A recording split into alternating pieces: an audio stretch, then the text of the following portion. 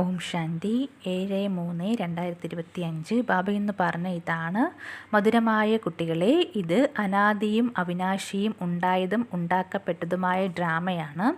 ഇതിൽ ഏതെല്ലാം സീനുകൾ കഴിഞ്ഞുപോയോ അതെല്ലാം കൽപ്പത്തിനു ശേഷമേ വീണ്ടും ആവർത്തിക്കൂ. അതിനാൽ സദാ നിശ്ചിന്തമായിരിക്കൂ. ചോദ്യം: ഈ ലോകം അതിൻ്റെ തമോപ്രധാന സ്ഥിതിയിലേക്ക് എത്തിക്കഴിഞ്ഞു എന്നതിൻ്റെ അടയാളങ്ങൾ എന്തെല്ലാമാണ്? ഉത്തരം: ദിവസം ചെല്ലുന്തോറും ഉപദ്രവങ്ങൾ ഉണ്ടായിക്കൊണ്ടിരിക്കുന്നു. എത്ര ഭയങ്കരമായിരിക്കുന്നു! കള്ളന്മാർ എത്ര കുന്നും ഉപദ്രവിച്ചും കൊള്ളയടിച്ചുകൊണ്ടുമിരിക്കുന്നു. ക്രമം തെറ്റിയ കാലവർഷമുണ്ടാകുന്നു. എത്ര നാശനഷ്ടങ്ങളുണ്ടാകുന്നു! ഇതെല്ലാം തമോപ്രധാനതയുടെ അടയാളങ്ങളാണ്. തമോപ്രധാനമായ പ്രകൃതി ദുഃഖം നൽകുന്നു. നിങ്ങൾ കുട്ടികൾക്ക് ഡ്രാമയുടെ രഹസ്യം അറിയാം. അതിനാൽ നിങ്ങൾ പറയുന്നു, ഒന്നും പുതിയതല്ല. ഇപ്പോൾ നിങ്ങൾ കുട്ടികളുടെ മേൽ ജ്ഞാനത്തിൻ്റെ മഴ പെയ്തുകൊണ്ടിരിക്കുകയാണ്. നിങ്ങളാണ് സംഗമയുഗികൾ. ബാക്കി സർവ്വ മനുഷ്യരും കലിയുഗികളാണ്. ഈ സമയത്ത് ലോകത്തിൽ അനേകം മതമതാന്തരങ്ങളുണ്ട്. നിങ്ങൾ കുട്ടികളുടേതാണെങ്കിൽ ഏകമതമാണ്. ഏകമതം ഭഗവാനിൽ നിന്നാണ് ലഭിക്കുന്നത്. അവർ ഭക്തി മാർഗത്തിൽ ജപം, തപം, തീർത്ഥം മുതലായവ ചെയ്യുമ്പോൾ കരുതുന്നത് ഇതെല്ലാം ഭഗവാനെ കാണാനുള്ള വഴികളാണ് എന്നാണ്. ഭക്തിക്ക് ശേഷമേ ഭഗവാനെ ലഭിക്കൂ. നിങ്ങൾക്കറിയാം, കുമാരി കുമാരന്മാർ എന്നത് പ്രവൃത്തി മാർഗത്തിലെ പദങ്ങളാണ്. അമ്മ, അച്ഛൻ, കുമാരി, കുമാരൻ. ഭക്തി മാർഗത്തിൽ നിങ്ങൾ ഓർമ്മിക്കുന്നുണ്ട്, അങ്ങ് മാതാവും പിതാവുമാണ്. ഇപ്പോൾ നിങ്ങൾക്ക് മാതാപിതാവിനെ ലഭിച്ചിരിക്കുന്നു. നിങ്ങളെ ദത്തെടുത്തിരിക്കുകയാണ്. സത്യയുഗത്തിൽ ദത്തെടുക്കാറില്ല. ഇപ്പോൾ നിങ്ങൾ ബ്രാഹ്മണർ മനസ്സിലാക്കുന്നുണ്ട്, നമ്മൾ എല്ലാവരും പരസ്പരം സഹോദരങ്ങളാണ്.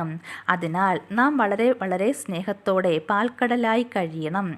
നമ്മൾ ഒരച്ഛൻ്റെ കുട്ടികളാണ്. അതിനാൽ വളരെ സ്നേഹമുണ്ടായിരിക്കണം. സിംഹവും ആടും വളരെ കടുത്ത ശത്രുക്കളാണ്. എന്നാൽ രാമരാജ്യത്തിൽ അവർ ഒരുമിച്ച് വെള്ളം കുടിക്കും. ഇവിടെയാണെങ്കിൽ നോക്കൂ, വീട് വീടാന്തരം വഴക്കാണ്. ദേശങ്ങൾ തമ്മിൽ വഴക്ക്, പരസ്പരം യുദ്ധം ചെയ്യുന്നു. അനേകം മതങ്ങളുണ്ട്. ഇപ്പോൾ നിങ്ങൾക്കറിയാം, നമ്മളെല്ലാവരും അനേകം തവണ ബാബയിൽ നിന്നും സമ്പത്ത് എടുത്തിട്ടുണ്ട്. എന്നിട്ട് പിന്നീട് നഷ്ടപ്പെടുത്തി.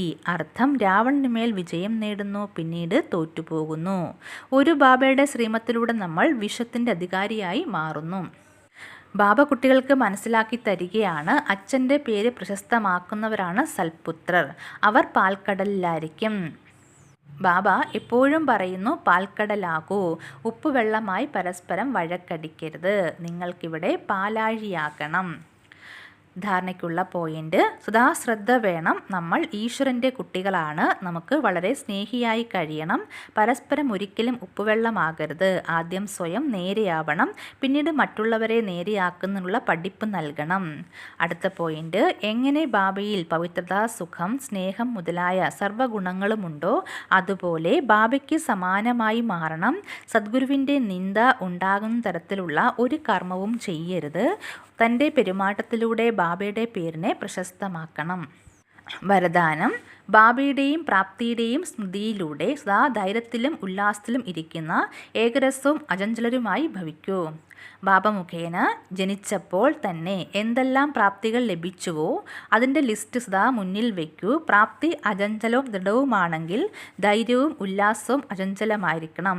അചഞ്ചലത്തിനു പകരം അഥവാ മനസ്സ് എപ്പോഴെങ്കിലും ചഞ്ചലതയിൽ വരുന്നുണ്ടെങ്കിൽ അതിൻ്റെ കാരണമാണ് ബാബയെയും പ്രാപ്തികളെയും സദാ മുന്നിൽ വയ്ക്കുന്നില്ല.